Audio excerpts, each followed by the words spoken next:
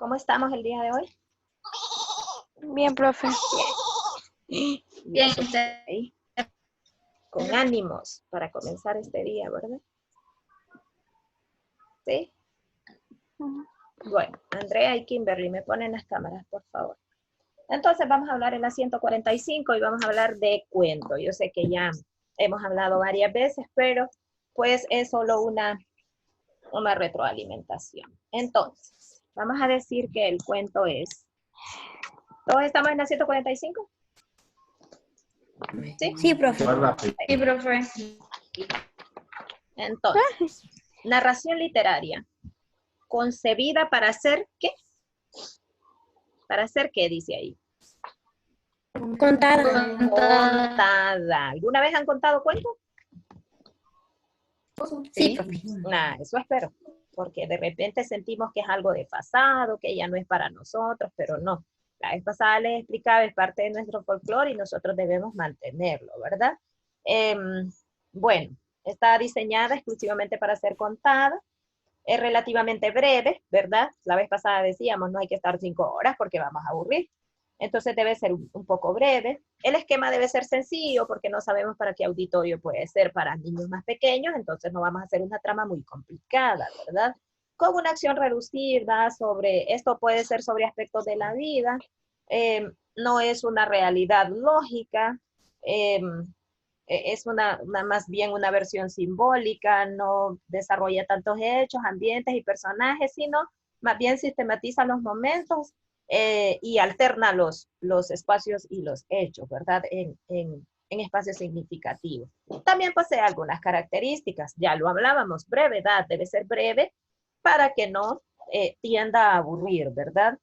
Su extensión es pequeña, dicho de otra manera, el cuento es corto. También intención moral y filosófica, que es la característica se observa únicamente en las etapas antiguas y populares del cuento, es decir, aquellos que están más cerca en el tiempo.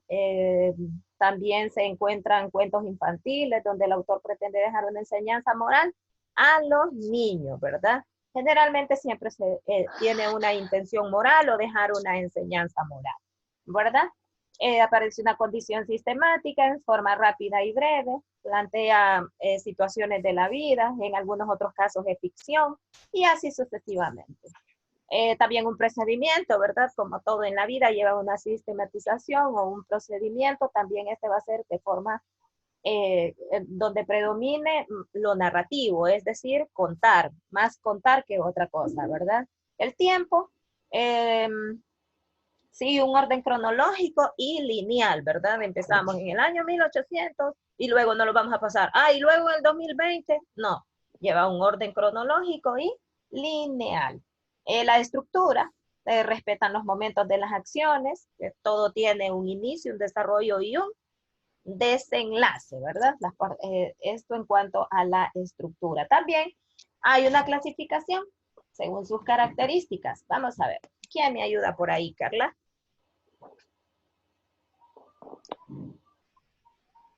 ¿Cómo se clasifican los cuentos? No le escuchamos. Sienta su micrófono. Con características del cuento, ¿verdad? Sí, correcto. Clasificación. Ahí donde dice clasificación. ¿Cómo se clasifican? 145 al final. Clasificación.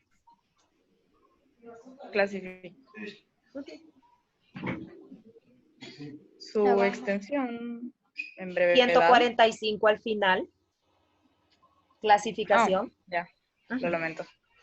Cuentos infantiles, cuentos de misterio, cuentos realistas, cuentos costumbristas, cuentos orientales, cuentos poéticos y por último cuentos regionales, criollos o vernáculos. Es decir, hay para todo gusto, ¿verdad? Si el cuento es infantil, entonces lo vamos a hacer más divertido, que trate de historias más bonitas, donde podamos entretener al niño, ¿verdad? Si es para un público mayor, como es cuento, también previamente está diseñado para relajarnos, entonces también tiende a ser divertido. Y ahí está toda la clasificación, ¿verdad?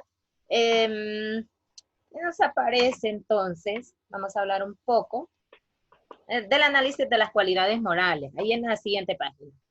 El carácter de los rasgos psicológicos de las personas se llama, ¿cómo se llama? Etopeya. Etopeya, los rasgos psicológicos de las personas. Más adelantito se los voy a explicar porque esa es la tarea, ¿verdad? Y nos aparece un ejemplo, las madres. Vamos a ver, Génesis. Ujú. Ok. Las madres. Así lo tengo que ver. Sí, ¿Me escucha, profe? ¿cómo dices? ¿Me escucha bien? Sí, perfectamente. Las madres. La madre es el ser más hermoso que existe en el planeta. Son cariñosas, cuidadosas, atentas con las personas. Las madres es un ser creativo y servicial, amable, dispuesta siempre a dar su vida por sus hijos. Qué bonito, ¿verdad? Y es que Ujú. así son las mamás. Ahí más bien se queda corto. Si yo le dijese ahora mismo a usted, escríbame algo para mamá, usted me escribiría. Las madres son un ángel. Exacto. Usted me escribiría 5 páginas y seguiría, ¿verdad? Hasta que yo le dijera, no, tiene que ser breve. Entonces, porque es lo que ellas nos inspiran, ¿verdad? Y es que ellas se merecen eso y más. Ahora lee este texto. Vamos a ver, Naomi. Bien leídito. Un muchacho moreno de ojos negros, de pelo surto, sencillo y bueno, humilde y valiente. No se había hecho notar antes. Era un soldado sin nombre. Solo tenía un apodo, el erizo. Desengancha de su cinturón el tambor. Se encasqueta en la cabeza del pelo ensortijado y reverde de gorra militar. Hace con reverencia la señal de la cruz sobre su rostro y pecho. Toma en su diestra la tea encendida y en su izquierda el fusil en el cual brilla la bayoneta. Uh-huh. Cuando se describen los rasgos físicos, morales, psicológicos, religiosos, culturales, etcétera, de una persona se llama Retrato. retrato. Cuando la persona se describe a sí misma se llama Autorretrato. excelente. Vamos a ver qué es un autorretrato. Vamos a ver con Fernando.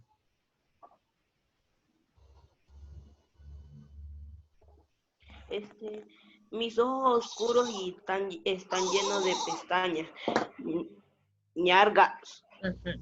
Nargas. Sí, ñargas. No sé cómo se dice esa palabra. Sí. Y fina, mi nariz es mediana, pero ligeramente aguileña. Mi boca es mediana, pero mis labios son gruesos. Mi escaso pelo es oscuro y casi lacio. Mis manos son de tamaño regular. Soy delgado, moreno y bajito. Soy muy alegre, juguetón, divertido. Me gusta ayudar a los demás. ¿Qué fue lo que leyó Fernando? Un Autorretrato. es decir, cómo es él, ¿verdad? Autorretrato. Fernando no nos dijo cómo es Kimberly ni cómo es Daniela. Nos dijo cómo es él mismo, por eso se llama autorretrato. Les voy a pedir, por favor, que no coman en la clase, Carly. Entonces,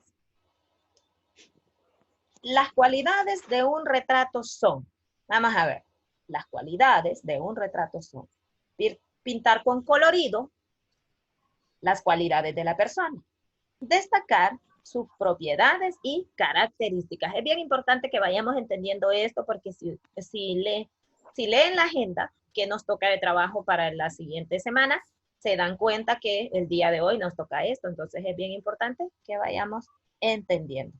Observa que el muchacho que aparece en la ilustración es un joven de tez blanca. Tez es la piel, ¿verdad? Ojos azules y cabello rubio. Ahí está el muchacho bien guapo, por cierto. Cuando describes el aspecto físico de una persona en una narración, estás haciendo una Prosopografía. prosopografía. Eso es. Entonces vamos a hacer una retroalimentación. Vamos a ver. Retrato.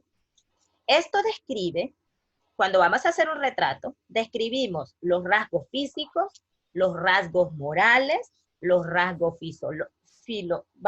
psicológicos, los religiosos, los culturales de una persona. A eso le llamamos retrato.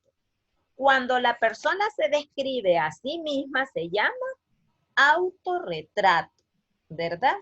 Cuando describe el aspecto físico de una persona en una narración, estamos haciendo una Prosopografía. prosopografía. Eso es. Vamos a continuar entonces con la topografía. Vamos a ver Kimberly, que no la veo.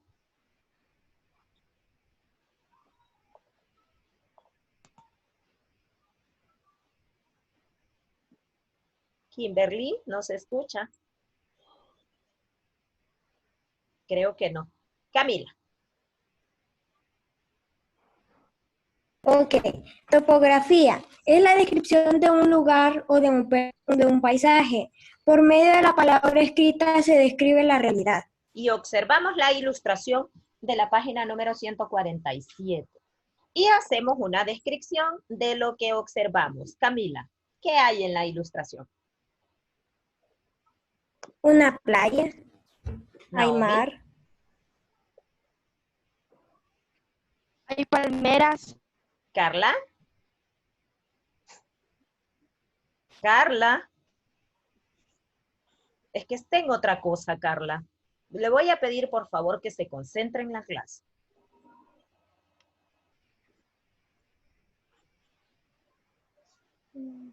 No sabe por dónde vamos. Vamos a ver, Alicia. ¿Qué hay en la ilustración? Hay arena, hay Arena. mar, Muy bien. Génesis. el cielo, ¿Qué hay en la ilustración? Ajá. Yo veo lo que Sí, hay en la Andrea. playa, bro. Andrea. A lo lejos se ven montañas. Montañas. Fernando. Las nubes. Las nubes. Daniela.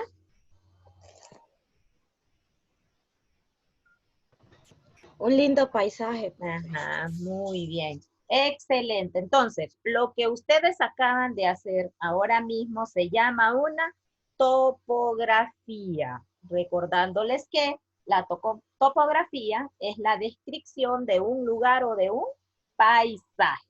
Y ahí viene la tarea que vamos a asignar, pero se la voy a explicar 10 minutos antes de terminar la clase. Entonces, avanzamos a la 148. 148. Ya. El papel del diálogo en una narración. Vamos a ver, Andrea.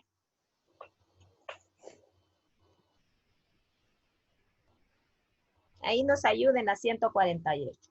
El papel del diálogo en la narración. Sí.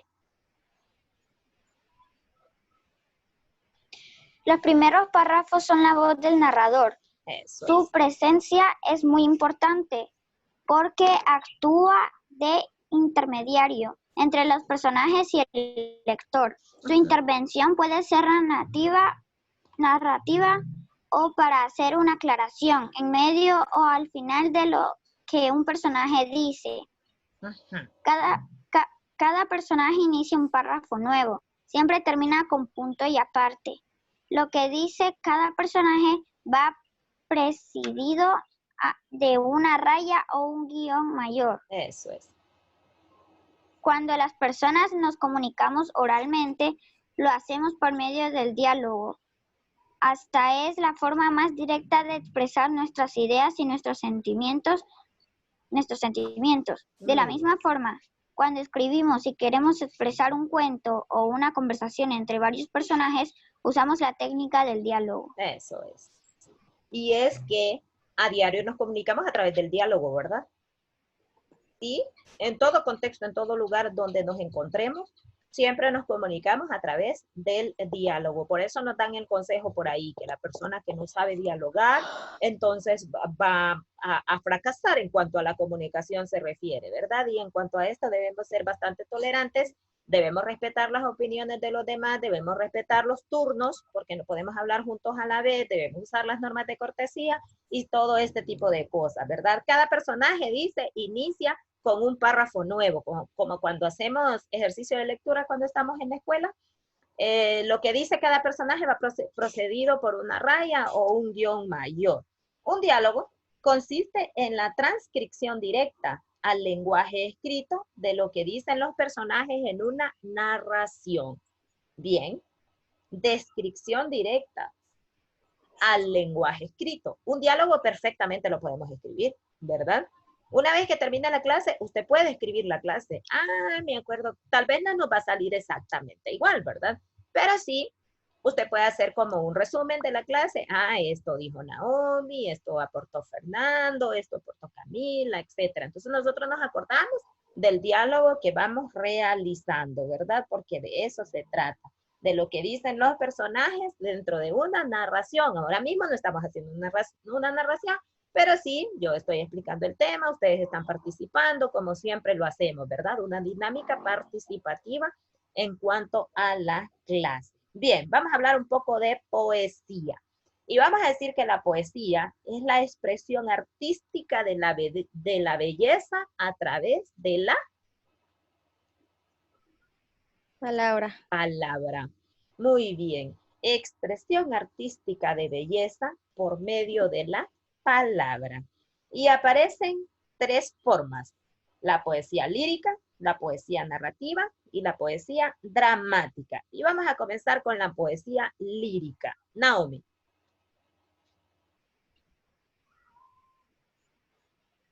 Sí.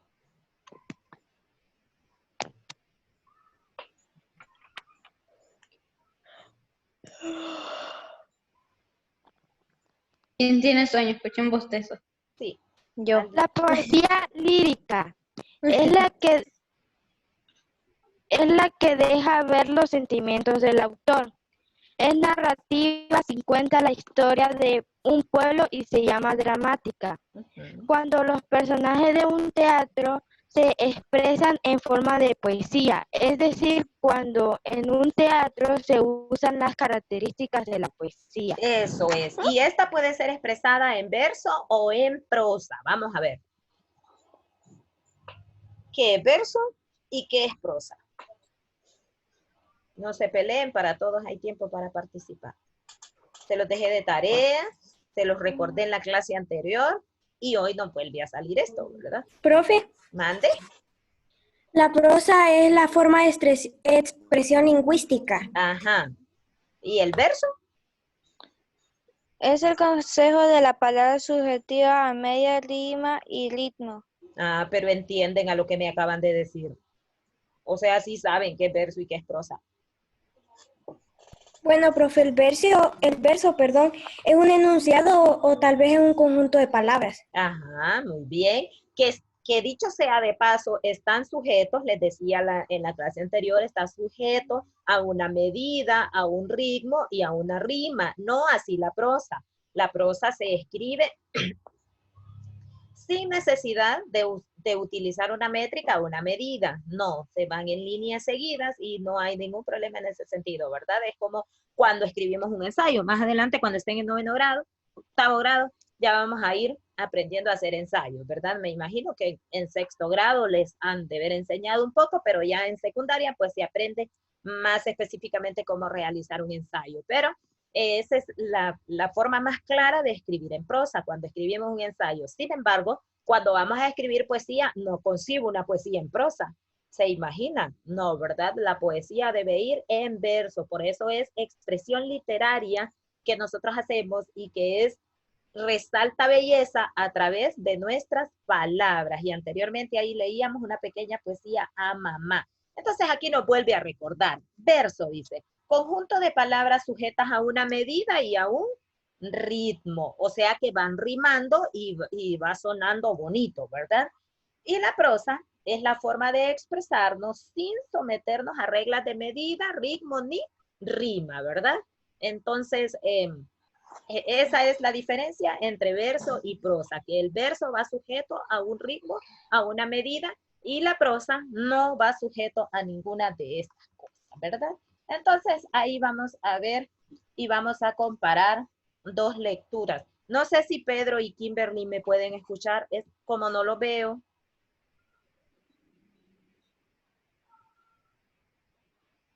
Sí, profe. Sí, entonces, ¿y Kimberly? También, profe. Perfecto, entonces ustedes dos me van a ayudar. Pedro con la número 1 de la 149 y bueno, Kimberly con la número 1 y Pedro con la número 2. Y los demás llevamos la lectura, por favor. Voy, profe. Ay, señora, mi vecina, se me murió mi gallina, con su cresta coladora y el traje amarillo entero. Ya no la veré atrevida, paseando por el gallinero. Pues, señora, mi vecina, se me murió mi gallina. Domingo de madrugada, sí, señora, mi vecina. Domingo de madrugada, ay, señora, mi vecina. Domingo de madrugada. Míreme usted como sudo, con el corral enlutado y el gallo viudo. Míreme usted destrozado y el gallo a coro. Ay, señora, mi vecina, ¿cómo no voy a llorar si se me murió mi gallina? Pedro. Ay, vecina, sudo y lloro porque la gallina de crespa colorada y plumaje amarillo murió el domingo por la madrugada, dejando el gallo el gallo viudo que no se cansa de cantar dentro del corral enlutado. Qué triste la historia de la gallina, ¿verdad? ¿Cómo no voy a llorar si se me murió mi gallina? Ay, señora, mi vecina. A esto hay que ponerle sentimiento, aunque sea por una gallina, ¿verdad? Pero como es poesía, entonces recuerde que la poesía es alta expresión de belleza a través de la... Laura. Ya se les había olvidado, ¿verdad? Entonces hay que ponerle Pero, sentimiento a esta situación. Sí, Carly, di. pero también como la poesía también hay una forma exacta de leerla también, no solo como un simple párrafo, por así Claro, decirlo. sí, exactamente, sí. Cuando le ponemos, para empezar hay que respetar todos los signos de puntuación, que los dos estudiantes no lo hicieron, ¿verdad? Que respetar todos los signos de puntuación porque para eso están ahí, ¿verdad? Por ejemplo, ahí en el verso donde dice, y el gallo viudo, ahí hay unos signos de admiración. Entonces debemos hacer el énfasis de que ahí hay unos signos de admiración, ¿verdad? Bueno, ¿has podido determinar que el argumento de ambos textos es semejante? Lo único que varía es la forma de escribirlo. El primer texto contiene 4 estrofas, una de 13 versos y las demás de 3, respectivamente. Si lees en voz alta, notarás que ciertos sonidos finales de un verso coinciden con los de otro u otros versos. Ay, vecina, sé y gallina. Ahí están rimados, ¿verdad? Vecina con gallina. Entonces, por eso anteriormente nos dice que el verso está sujeto a medida y que además lleva ritmo y lleva rima. En cambio, el segundo texto no está sujeto a una rima o un ritmo uniforme, que es donde dice la parte número 2 ahí, ¿verdad? Entonces vamos a hacer una pequeña definición de rima. Vamos a ver, Daniela.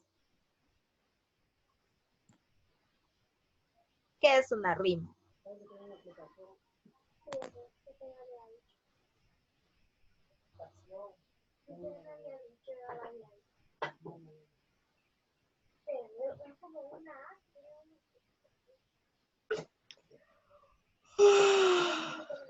¿Cómo?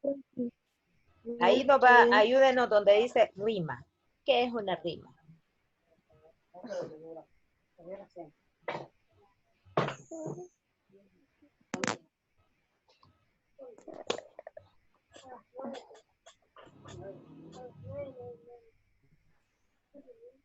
Rima Es el sonido semejante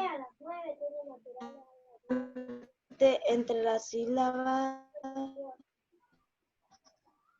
finales de la última palabra de los versos. Rima, dice entonces, es el sonido semejante entre las sílabas finales de las últimas palabras de los versos. Y ahí tenemos que rima vecina con gallina, ¿verdad? Busquemos alguna otra rima por ahí.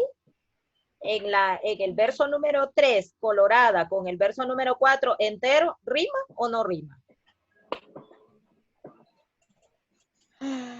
No, ¿verdad? No, profe. En el verso número 5, atraviada, con gallinero, ¿rima o no rima? No. No, No. pero sí nos damos cuenta que el verso número 4 que dice, y el traje amarillo entero, rima con el verso número 6 que dice, paseando por el gallinero. ¿Se dan cuenta? El número 4 no rima con el número 5, pero sí rima con el número 6. El número 7, pues señora mi vecina, se me murió mi gallina. Ese sí rima, el número 7, con el número 8. Luego dice, domingo de madrugada, que sería el número 9. Sí, señora, mi vecina. Esos dos no riman, pero sí rima con el que sigue, porque vuelve a decir, domingo de madrugada. Y así sucesivamente, ¿verdad? Es como reconocemos los versos. La rima en cuanto a los versos. Ahora vamos a hablar un poco del ritmo. Y vamos a decir entonces que el ritmo es la cadencia del poema. Está marcado por los acentos de las palabras y está determinado por la curva melódica y las pausas.